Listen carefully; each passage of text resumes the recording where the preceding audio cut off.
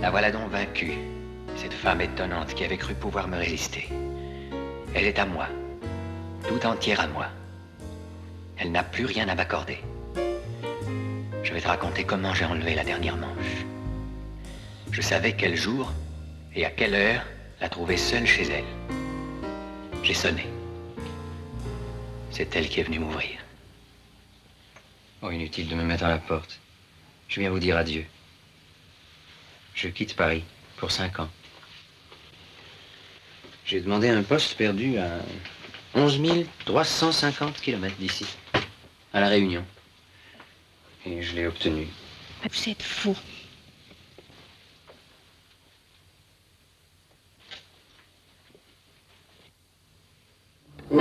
Mesdames, Messieurs, c'est une bien tragique nouvelle que nous avons à vous annoncer. Celui que vous venez de voir apparaître sur l'écran, Gérard Philippe, dans son dernier grand film, Les Liaisons Dangereuses, est mort cet après-midi.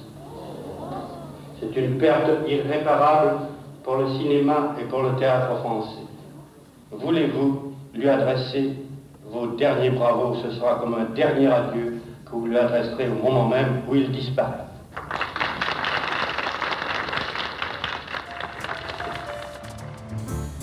« 25 novembre 1959, dans la salle de cinéma des Champs-Élysées, où l'on vient d'annoncer la mort brutale de Gérard Philippe, l'émotion est réelle. Comme partout en France, dès que la nouvelle est connue. Un deuil national. Sous la plume de tous ceux qui saluent sa mémoire, les mêmes mots reviennent. Pureté, romantisme, exigence. Car sur scène comme à l'écran, le comédien a su incarner les rêves de toute une jeunesse, cette jeunesse des années 50, en quête d'idéal. Par sa désinvolture, sa grâce et cette manière unique de rendre modernes les textes les plus classiques, comme s'ils étaient joués pour la première fois.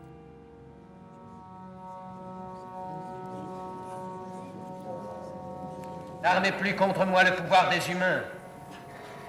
Ma tête est à vos pieds. Vengez-vous par vos mains. Vos mains seules ont droit de vaincre un invincible.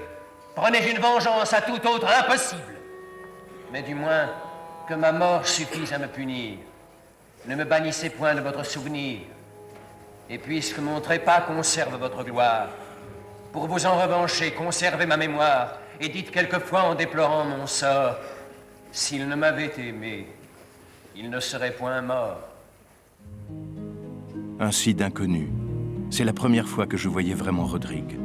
Il semblait marcher à 20 cm au-dessus du plateau.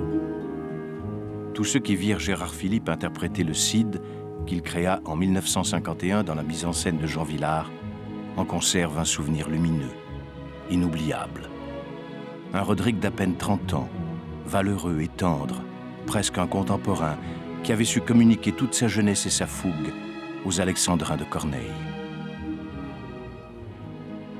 Je crois, disait-il, qu'une œuvre du répertoire classique, français ou étranger, peut toucher n'importe quel spectateur. Avec le Cid, la rencontre entre l'acteur et son public fut quasi miraculeuse. Entré dans la légende du théâtre français, il multiplia dès lors les créations, 11 en moins de 10 ans. Lorenzaccio d'Alfred de Musset, Ruy Blas de Victor Hugo, Richard II de Shakespeare, et surtout ce prince de Hombourg, de Kleist, dont l'adaptation était jusqu'alors si redoutée. Un prince blanc, une apparition, presque un fantôme. Françoise Spira, sa partenaire dans la pièce, dira de lui « Je n'avais qu'un petit rôle et je pouvais bien le regarder. Il allait au fond du romantisme. Il osait tout. »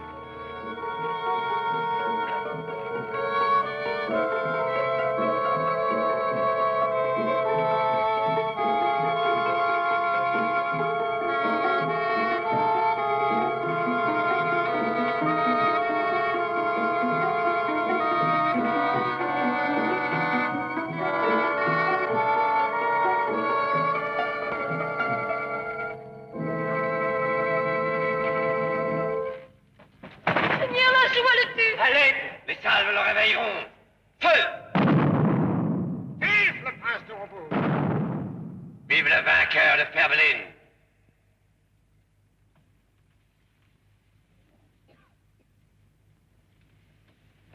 Vous répondez, Est-ce encore un rêve? Un rêve que nous faisions tous. En avant! En avant! Et dans la poussière, les ennemis de la patrie!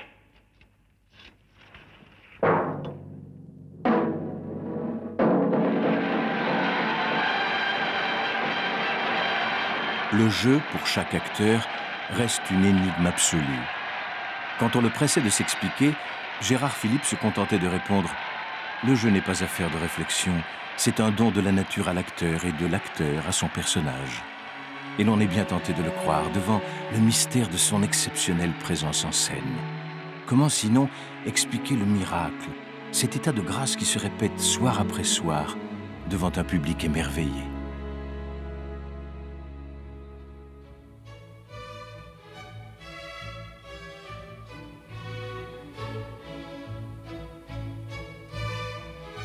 Cannes, dans les années 20, est une station balnéaire à la mode.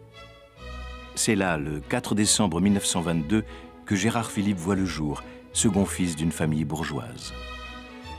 Entre un père avocat de formation, Marcel Philipe, et une mère d'origine slave, que tout le monde appelle Minou, il connaît une enfance heureuse et sans histoire entre baignades, cours privés et leçons de piano.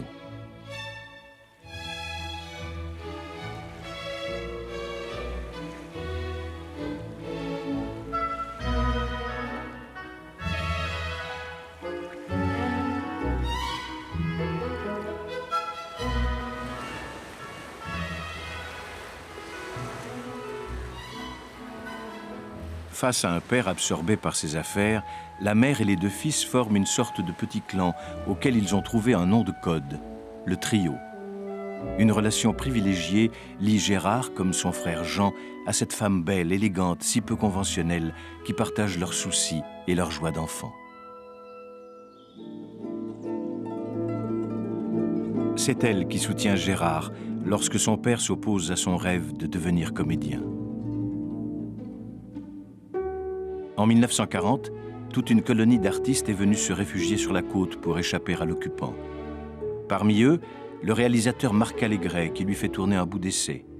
Son premier, aux côtés de la jeune Danielle Delorme, pour un blé en herbe qui, hélas, ne verra jamais le jour.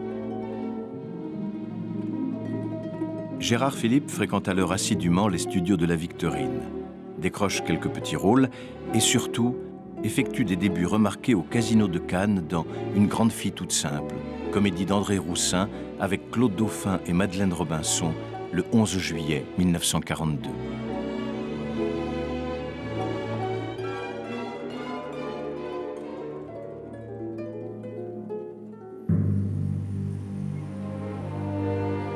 L'année suivante, alors que la famille Philippe s'installe à Paris, Gérard peut enfin tenter sa chance auprès des théâtres de la capitale. Malgré l'occupation, la vie culturelle a repris et certaines salles enregistrent une fréquentation sans précédent, comme une revanche prise sur le malheur. C'est au cours de cette période sombre qu'il apparaît pour la première fois au public parisien, dans un rôle secondaire qu'il portera au premier plan, l'ange de Sodome et Gomorrhe. Dieu n'a pas créé l'homme et la femme l'un après l'autre, ni l'un de l'autre. Il a créé deux corps jumeaux unis par des lanières de chair qu'il a tranchées depuis, dans un accès de confiance, le jour où il a créé la tendresse. Et le jour où il a créé l'harmonie, il a fait de chacun de ces corps identiques la dissemblance et l'accord même. Et enfin, le jour où Dieu a eu son seul accès de joie, il a voulu se donner à soi-même une louange. Il a créé la liberté et a délégué au couple humain le pouvoir de fonder en ce bas monde les deux récompenses, les deux prix de Dieu, la constance et l'intimité humaine. La critique ne tarit pas d'éloges sur ce débutant au tempérament exceptionnel. L'ange radieux a enlevé la ville d'assaut. Paris, ville amoureuse, a trouvé à qui se donner.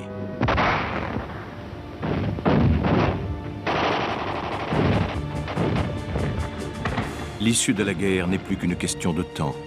Le 20 août 1944, Paris se soulève.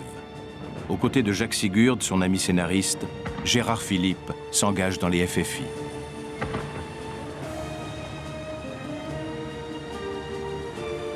Pour les collaborateurs, c'est le temps de la débâcle. Tous ceux qui ont pactisé avec l'ennemi sont pourchassés sans pitié, emprisonnés et traduits devant les tribunaux de l'épuration. Marcel Philippe, père de Gérard, est du nombre. De lourdes charges pèsent sur lui. Intelligence avec l'ennemi, dénonciation, appartenance à un groupe antinational. Condamné à mort, à la dégradation nationale et à la confiscation de tous ses biens, il ne doit son salut qu'à la fuite. Les Pyrénées, Barcelone. Il ne rentrera en France qu'en 1969, suite à une grâce présidentielle, 10 ans après la mort de son fils. À l'époque du drame, Gérard vient d'obtenir pour la première fois le rôle principal d'une pièce, celui de Caligula, dans lequel il se plonge avec une violence désespérée, comme pour conjurer la tragédie familiale. Sortant de scène, il restait halluciné un long moment, comme perdu, épuisé, rapportera sa mère qui, inquiète, l'observe en coulisses. Un soir, j'ai entendu le décorateur Christian Bérard murmurer « Son talent est extravagant, cet enfant va se tuer, c'est trop lourd ». C'est avec la même fougue qu'il se battra aux côtés de Maria Cazares en 1947 pour imposer les Épiphanies et donner à entendre le texte militant d'Henri Pichette, auteur controversé. Le jeune homme insouciant des années canoises a définitivement cédé la place à un homme nouveau, acteur engagé dans sa vie comme dans son art. Et surtout, un acteur célèbre. Car la sortie quelques mois plus tôt du film sulfureux de Claude Autant-Lara, Le diable au corps, en a fait une vedette à part entière. Le rôle lui vaut d'ailleurs le prix d'interprétation au Festival de Bruxelles.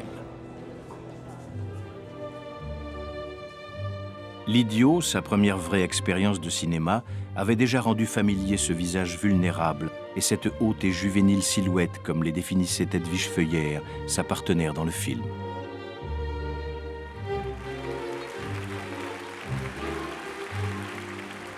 À 25 ans, il occupe la toute première place et ne la quittera plus. C'est sur son nom, à présent, que se bâtissent les projets ambitieux. Et le public ne cessera de s'identifier à ces grands personnages romantiques adaptés de Dostoïevski, Radiguet ou Stendhal, que lui seul, désormais, semble autorisé à incarner.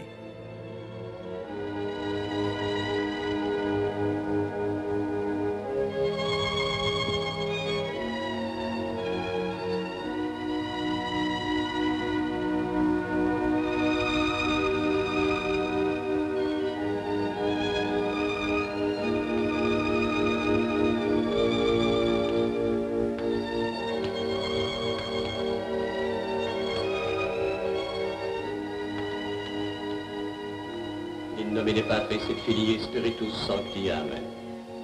Mes frères, je vous propose de méditer avec moi aujourd'hui un passage de l'imitation de notre Seigneur Jésus-Christ. Un passage où il est dit que rien n'est plus fort que l'amour.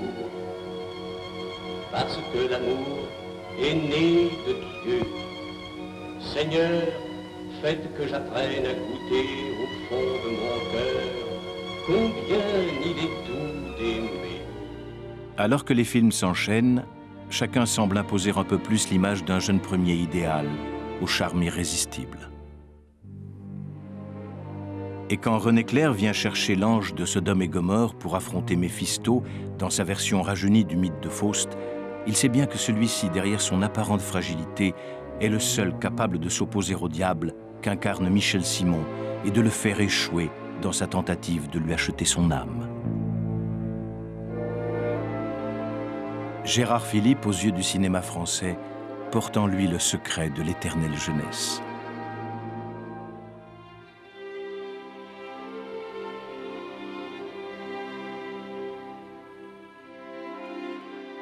Les plus grands metteurs en scène du moment le réclament. Autant-Lara, Ophuls, Marcel Carné. Tous apprécient ce travailleur acharné, méthodique, ce comédien loyal qui se méfie de ses dons et exige toujours plus de lui-même. Quelle énergie, mais quelle énigme aussi. Cette manière de rire aux éclats puis de se taire tout à coup pour tomber dans la tristesse la plus profonde. Comme si en lui cohabitaient l'ombre et le soleil. Chez Gérard Philippe demeure une part irréductible de secret.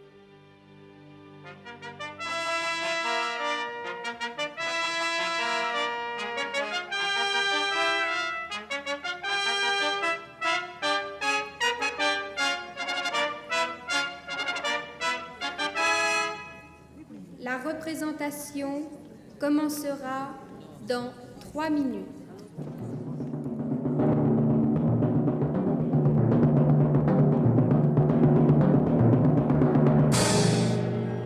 Voilà, l'Europe, hélas, écrase du talon ce pays qui fut pourpre et n'est plus que haillon.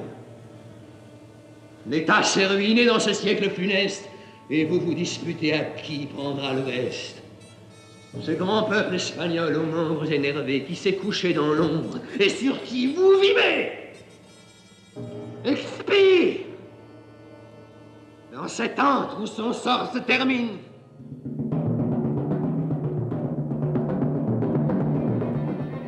L'événement est de taille lorsque Gérard Philipe, vedette numéro 1 du cinéma français, arrive en Avignon en cet été 1951 pour une semaine d'art théâtral. Un festival encore bien modeste, quelques tréteaux dressés dans la cour d'honneur du Palais des Papes, quelques projecteurs et le chant des cigales. À sa tête, Jean Vilar, metteur en scène, comédien et théoricien visionnaire. C'est lui qui a convaincu Gérard Philipe de rejoindre les rangs de sa petite troupe de saltimbanques. Comédiens, décorateurs, techniciens, venus offrir un décor à leur mesure aux grands textes tragiques du répertoire. Ici, entre les remparts de la cité provençale, où naît véritablement le théâtre national populaire, commence une des aventures théâtrales les plus exaltantes du XXe siècle.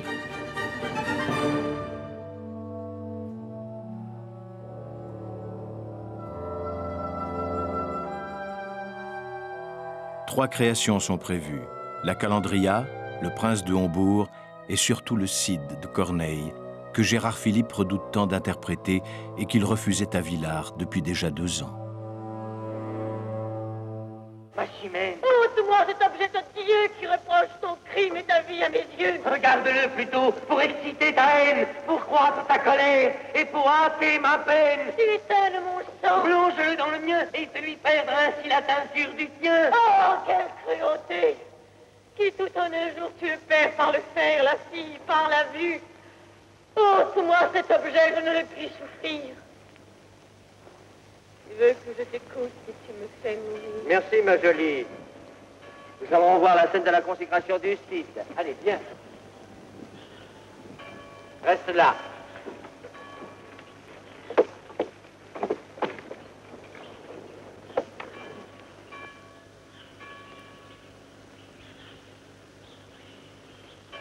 Ils t'ont nommé tous deux leur Cid en ma présence.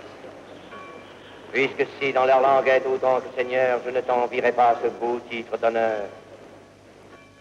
Toi désormais le Cid, qu'à ce grand nom tout cède, qu'il comble d'épouvante et grenades et talèdes, et qu'il montre à tous ceux qui vivent sous mes lois, et ce que tu me vaux, et ce que je te dois.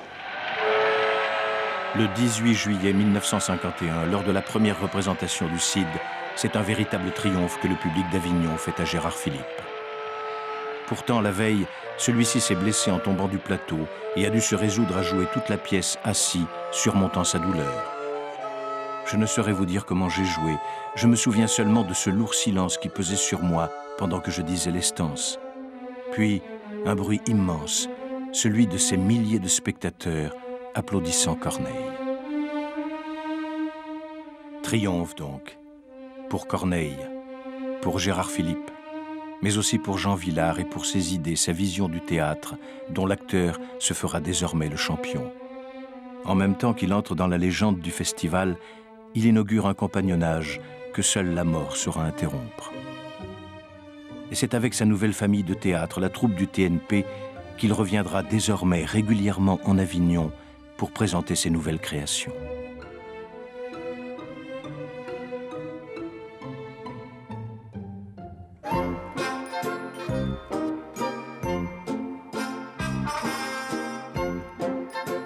Une sorte d'innocence plane sur ces premières années du festival. Un rendez-vous de copains où les comédiens se mêlent volontiers au public après le spectacle avant d'affronter amicalement l'Olympique avignonnais.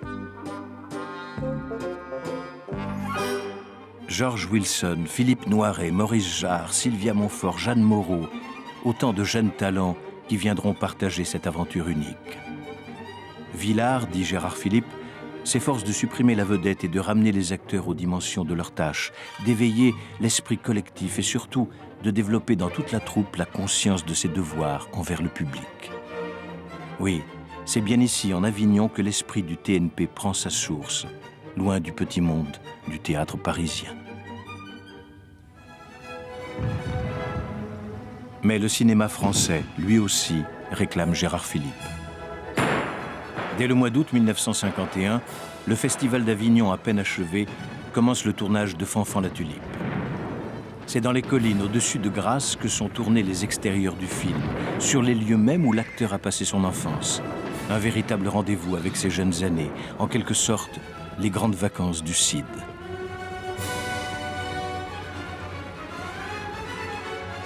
Et c'est bien l'esprit léger de la jeunesse que l'on retrouve dans cette histoire d'un trousseur de filles intrépide. Pour fuir un mariage forcé, Fanfan la Tulipe s'engage au régiment d'Aquitaine, où il connaîtra l'aventure, l'amour et croisera même la route du roi de France. Un récit à 100 à l'heure, plein de coups de théâtre, de cavalcade et de bagarres.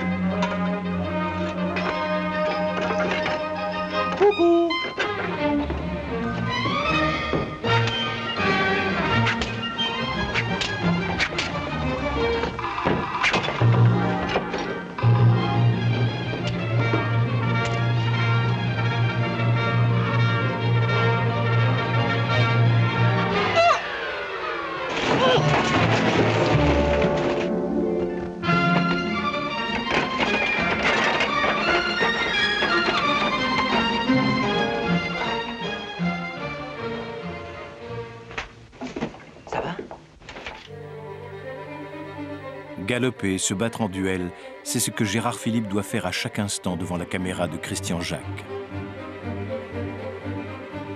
Ce film, où l'action tient le premier rôle, est inhabituel dans la production française en ce début des années 50. De nombreux cascadeurs ont été mobilisés pour le tournage, mais Gérard Philipe assume lui-même la plupart des scènes d'escrime ou d'équitation. Pourtant, il ne sait ni monter à cheval, ni tenir une épée, qu'importe. Comme dit son professeur d'équitation, il est si bon comédien que le cheval croit qu'il sait monter. Ce fut un épanouissement, dira le réalisateur. Il y a eu une sorte d'osmose entre Gérard et son personnage. J'ai découvert un Gérard gai, enthousiaste, espiègle et même déchaîné par moments.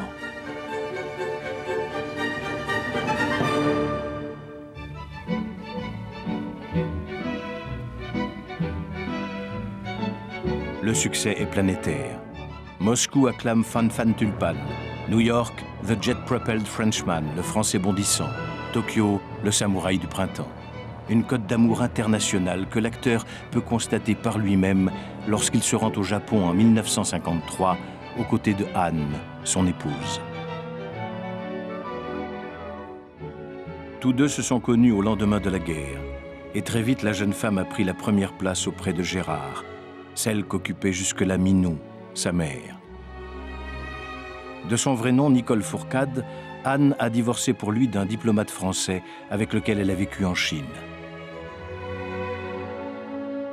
C'est une intellectuelle engagée, curieuse des événements politiques de ces années 50. À son contact, Gérard Philipe ouvre les yeux sur les réalités du monde et devient un autre homme. Choix politiques, choix artistiques, amitié, tout change. De sorte que ses biographes aborderont désormais le personnage à travers deux grandes périodes, avant et avec Anne. Depuis qu'à Yalta, le monde a été séparé en deux blocs antagonistes, la menace d'une troisième guerre mondiale plane. De nombreux intellectuels estiment de bonne foi que l'Union soviétique, relayée en France par le Parti communiste, représente le camp de la paix. Gérard et Anne Philipe vont faire partie de ces compagnons de route du Parti communiste qui voient dans l'URSS l'ultime recours. En mars 1950, l'appel de Stockholm, lancé par le mouvement de la paix, demande l'interdiction absolue de l'arme atomique. Des millions d'hommes et de femmes vont signer celui-ci, persuadés de défendre la paix. 12 millions en France, 600 millions dans le monde. Les Philippe sont parmi les premiers signataires. Une gravité nouvelle a touché le comédien. Que reste-t-il du jeune homme d'autrefois? Avec Anne, Gérard Philippe a trouvé son équilibre. Définitivement. Entre sa carrière d'acteur, ses activités de militant et le calme d'une vie de famille, jalousement préservée.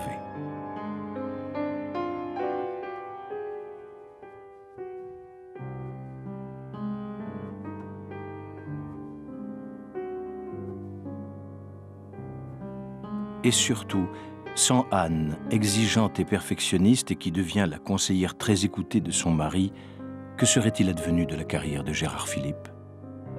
N'est-ce pas elle qui le pousse notamment à accepter les propositions de Jean Vilar, qu'il refusait jusqu'alors? Entre les deux hommes qu'une dizaine d'années séparent, une authentique relation filiale s'est créée. Jean Vilar, qu'il appelle volontiers fiston, sait qu'il peut compter sur son acteur vedette. Tu es le seul comédien de la génération d'après-guerre qui ait compris sentimentalement le problème populaire. Après les succès d'Avignon, Jean Vilar s'est vu sollicité par les autorités culturelles. Soucieuse de démocratiser l'accès aux grands textes dramatiques, elle le charge officiellement de créer un véritable théâtre populaire dans la capitale. En banlieue tout d'abord, à l'automne 1951, où le TNP suscite la curiosité du tout Paris au théâtre de la Cité-Jardin de Suresnes.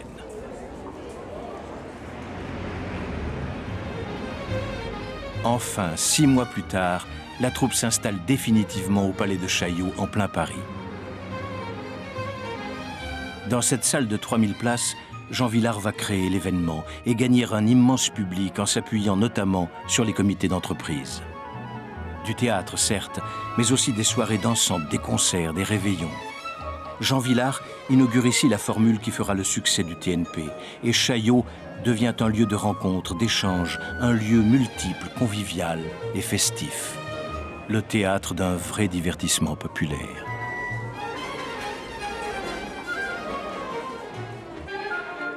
Mais c'est avant tout Gérard Philippe, l'acteur numéro 1 du cinéma français, que les spectateurs viennent applaudir. Et Jean Vilar ne s'y trompe pas, qui déclare « Nous n'avons pas en Gérard qu'un acteur admirable. Le théâtre de notre pays a en lui un de ses plus sûrs ouvriers. »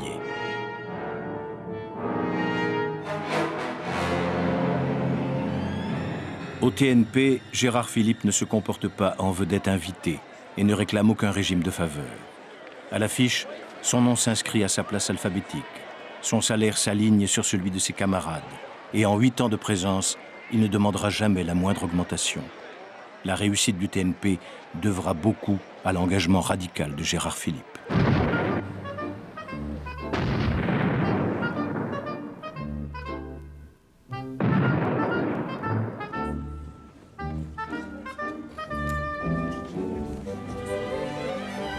C'est souvent parmi ses aînés que Gérard Philippe choisit ses meilleurs amis. Des hommes de savoir et d'expérience auprès desquels il cherche peut-être une sorte de substitut paternel. À la scène, il y a Jean Vilar. À l'écran, René Clair, le réalisateur de La Beauté du Diable, qui le rappelle en 1952 pour tourner Ses Belles de nuit aux côtés de Gina Lollobrigida et Martine Carole.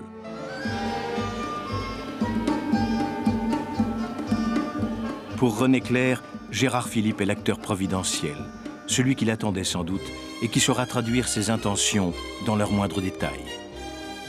Le comédien, quant à lui, apprécie particulièrement la rigueur du maître, rassuré par cette exigence qui est aussi la sienne.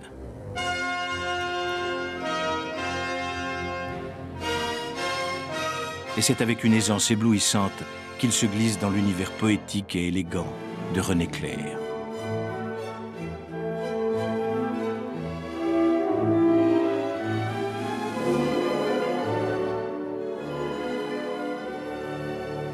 Marie-Louise.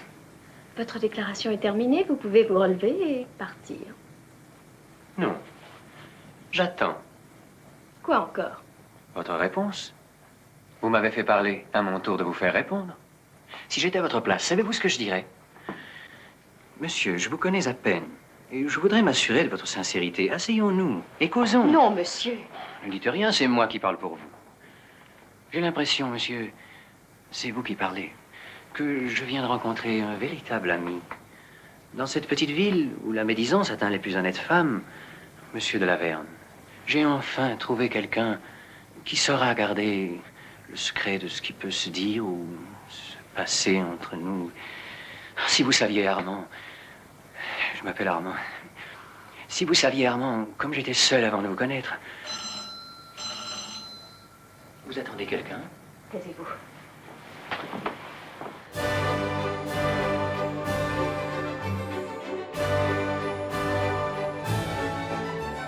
Qu'ils aient pour cadre un Orient de fantaisie ou les grands bals de la Belle Époque, les films raffinés de René Clair semblent offrir un écrin au talent de Gérard Philipe. Dans ceux-ci, l'acteur ose tout et communique à ses personnages une sorte de folie jubilatoire.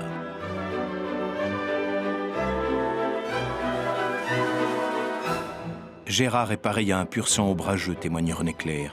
Il aime affronter les difficultés. Ses dons éclatants, ses succès précoces ont fait de lui un maître. Et il est attiré par chaque occasion qui lui permet d'être un débutant.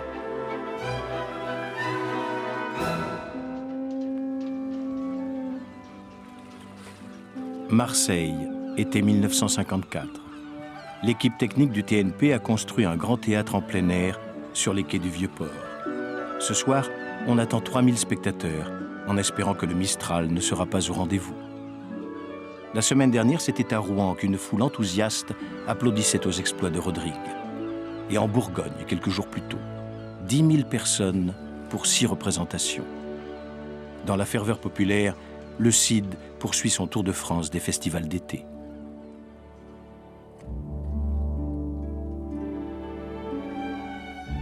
La vie du Théâtre national populaire est réglée par un cahier des charges rigoureux. Chaque année, la troupe doit donner au moins 150 représentations en dehors de Chaillot. Des tournées s'organisent au cours desquelles les comédiens partent à la rencontre du public français, en banlieue et en province.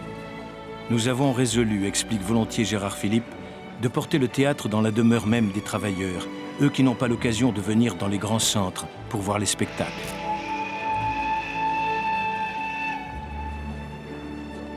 Un quotidien fait de problèmes techniques, d'inconfort, de fatigue, dans des salles bien souvent inadaptées aux exigences des pièces. Mais pour quelle récompense? Nous restions 15 jours dans une banlieue ouvrière du nord ou du sud de Paris et nous étions pleins tous les soirs.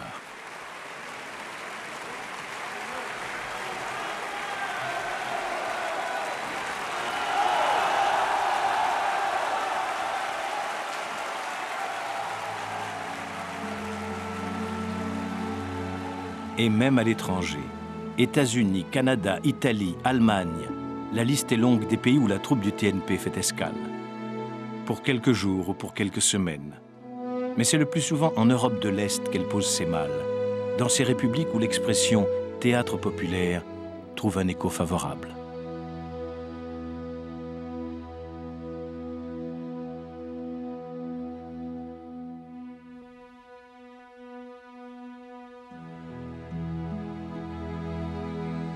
Pour Gérard Philipe, c'est l'occasion de confronter enfin ses convictions politiques à la réalité du socialisme d'État.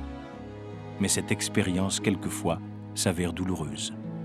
Comme en Pologne à l'automne 1954, lorsqu'il constate une misère, une censure et un antisémitisme qui jurent décidément avec le discours officiel.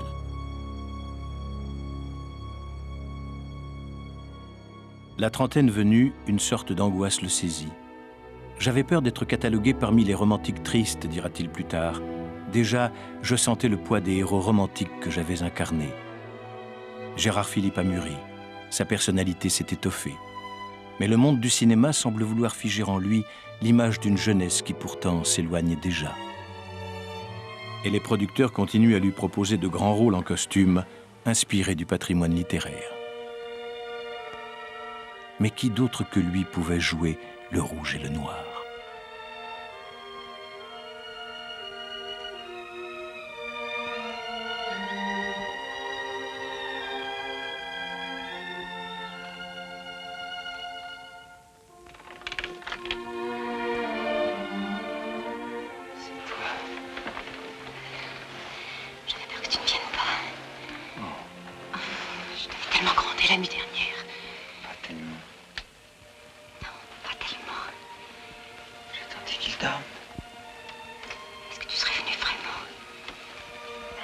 sûr.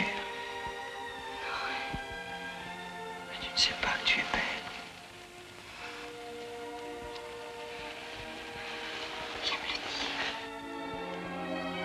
Pourtant, le Julien Sorel du Rouge et le Noir, dont le romantisme se teinte de cynisme, a toute sa place dans la galerie d'anti-héros que l'acteur prend soin de se constituer pour casser son image. Comme ce monsieur ripois, à l'imperméable fripé, mal rasé, séducteur minable abusant de la confiance des femmes, que filme René Clément dans les rues de Londres, sous la pluie, mêlé à une foule anonyme.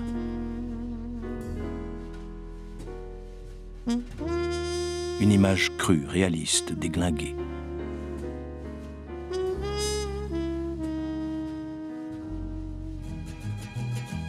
Comme ce héros humilié des orgueilleux, ce médecin déchu, crasseux, suant le désespoir et l'alcool dans les bars d'un petit port mexicain et qui va définitivement l'aider à achever sa métamorphose cinématographique.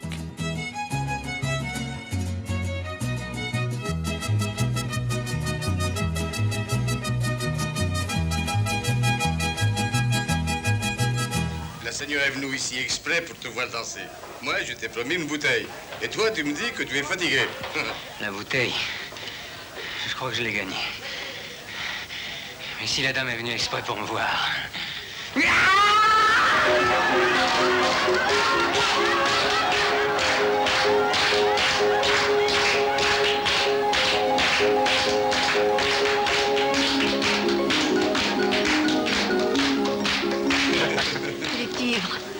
Jamais il n'a été aussi agien qu'aujourd'hui. N'est-ce pas que tu n'es pas sourd, Jorgito? Si j'étais sous, j'aurais pas besoin de votre bouteille.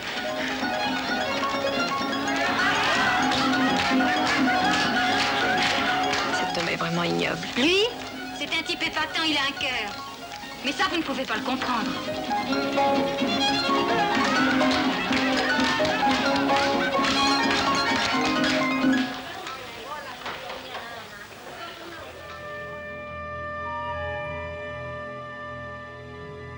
Au cinéma, Gérard Philipe prend tous les risques. Acteur physique autant que cérébral, il va jusqu'au bout des personnages qu'il incarne. Et ce redoutable technicien n'oublie jamais d'écouter son instinct. Mais surtout, Gérard Philipe se définit lui-même comme l'artisan d'un métier qu'il sait par essence collectif. Comme le rapportera René Clair, Gérard s'enthousiasmait, non seulement pour son rôle, mais pour l'ensemble du travail sur le film. Il suivait tous les détails de la réalisation, et pas pour imposer ses vues, mais pour faire partie d'une équipe. Et, peut-être inconsciemment, faire excuser ce rôle de vedette que ses dons lui avaient assigné d'emblée. Depuis longtemps, il rêvait d'interpréter Till l'Espiègle, le héros légendaire de la résistance flamande contre l'occupation espagnole au XVIe siècle. Le projet maintes fois ajourné, il décide en 1955 de réaliser lui-même le film avec l'aide du documentariste Joris Ivens. La première fois, Gérard Philipe, vous ne vous contentez pas d'interpréter seulement un film dans lequel vous paraissez, vous le mettez également en scène. Pourquoi êtes-vous devenu metteur en scène? Est-ce que vous considérez que le métier d'acteur est un métier insuffisant? Ou est-ce que, ayant vu d'autres metteurs en scène opérer, vous vous êtes dit, ce n'est que ça, il n'y a vraiment pas de raison que je ne le fasse pas moi-même? La façon de poser la question est amusante. En réalité, on peut aimer le travail des autres et avoir envie de travailler aussi. C'est-à-dire que j'ai eu une chance en tant qu'acteur, c'était de considérer le travail des différents metteurs en scène avec lesquels j'ai opéré et d'observer leur méthode de travail, leur talent particulier, leurs principes, quelquefois leurs manies, quelquefois leurs défauts. Et en essayant rien du tout d'ailleurs, en les regardant, peu à peu c'est un métier qui rentre dans la peau. Alors après différentes expériences, il se trouve que c'est un métier que j'avais envie de faire. Un tournage fleuve à travers la Suède, l'Allemagne de l'Est et la France, des milliers de figurants, un budget colossal.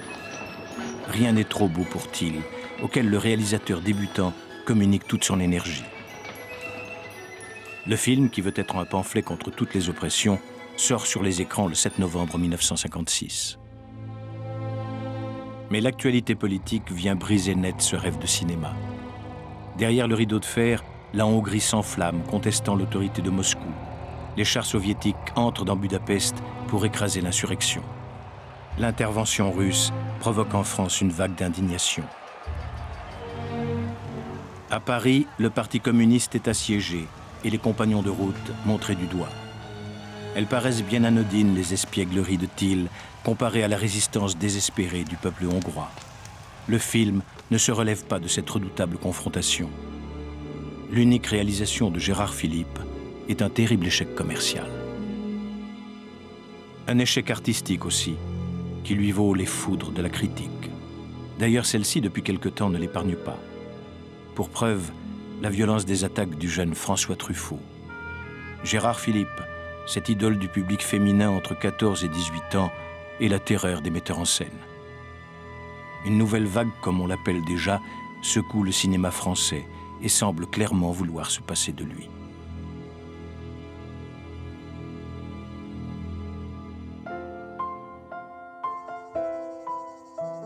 « 35 ans, déjà. Pour le comédien comme pour l'homme, il est temps de faire le point. Sur son métier, sur ses engagements, sur sa vie.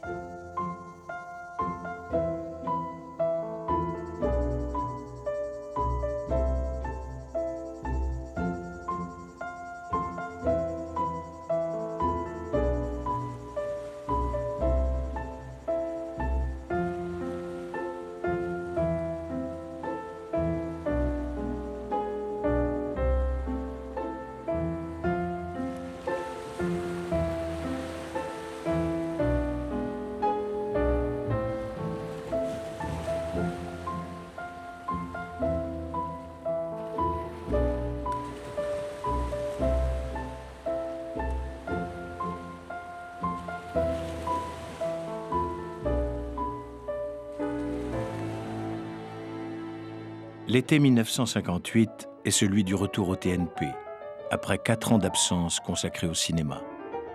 Retrouvailles avec Villard donc, mais aussi Alfred de Musset dans 2 œuvres majeures du répertoire, Les Caprices de Marianne et On ne badine pas avec l'amour. Des rôles qu'il faut jouer avant de perdre ses cheveux, dit-il en riant. Comme chaque fois que l'enjeu est d'importance, il fait appel au conseil de Georges Leroy, son ancien professeur du conservatoire. Spécialiste de Musset, celui-ci l'aide à devenir tour à tour Octave et Perdiccas, ces personnages désinvoltes et charmeurs, mais aussi cruels et désespérés. Es-tu sûr que si l'homme qui passe était celui qui les a trompés, celui pour qui elles pleurent et elles souffrent, celui qu'elles maudissent en priant Dieu, es-tu sûr qu'en le voyant, elles ne briseraient pas leurs chaînes pour courir à leur malheur passé et pour presser leur poitrine sanglante sur le poignard qui les a meurtris? Oh, mon enfant, sais-tu les rêves de ces femmes qui te disent de ne pas rêver?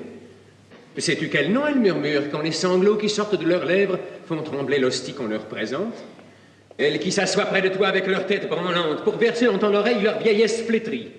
Elles qui sonnent dans les ruines de ta jeunesse le tocsin de leur désespoir et qui font sentir à ton sang vermeil la fraîcheur de leur tombe. Sais-tu qui elles sont? Vous me faites peur. La colère vous prend. Sais-tu ce que c'est que ces nonnes? Malheureuse fille.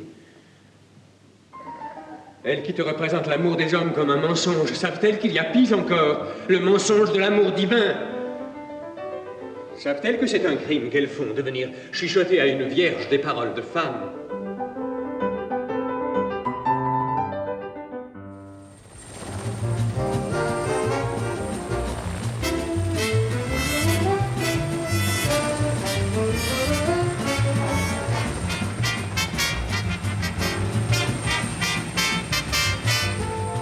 Here on stage with me are 4 distinguished French film stars who are passing through New York en route to San Francisco, where the Lafayette Bicentennial will be celebrated with a French film festival.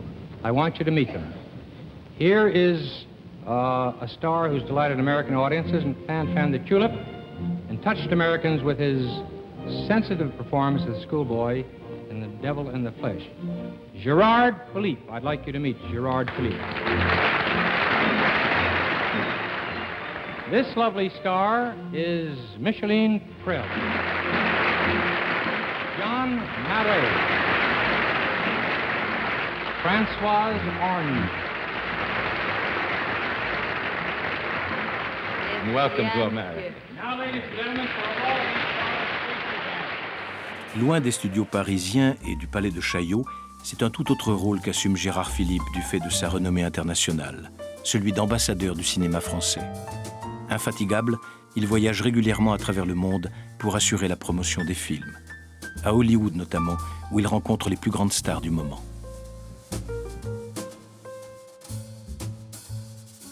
Mais les paillettes du vedettariat ne l'aveugleront jamais.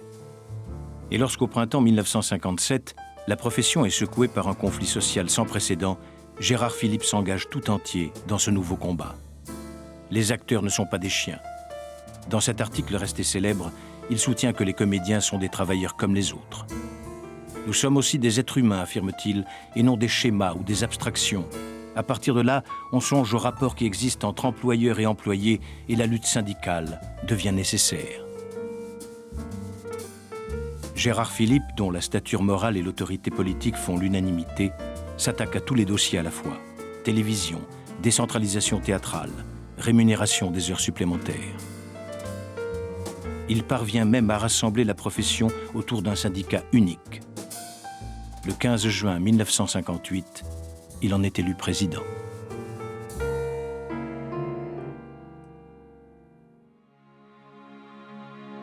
Un grand acteur est aussi l'interprète de son propre destin, rappellera l'écrivain Claude Roy en évoquant son ami Gérard Philipe.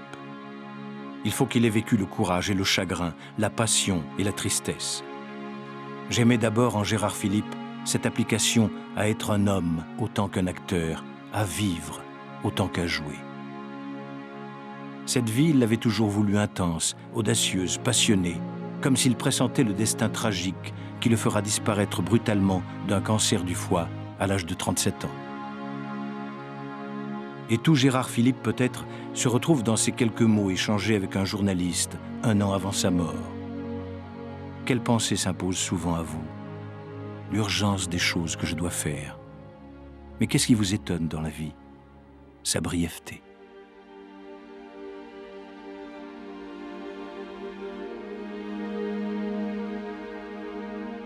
« 28 novembre 1959. Une pluie fine tombe sur le cimetière de Ramatuelle, où semblent encore résonner les mots de Jean Vilar. La mort a frappé haut. Elle a fauché celui qui, pour des millions d'adolescents, exprimait la vie. On enterre Gérard Philipe dans le costume du Cid. Autour de lui, Anne, Minou, sa mère, Jean, son frère aîné, quelques proches, dont René Clair, et les habitants du village.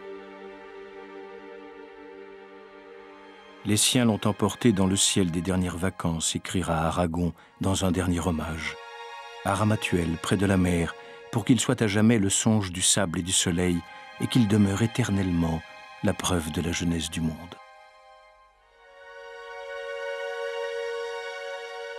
Gérard Philipe aura été un météore. Une carrière de 15 ans à peine.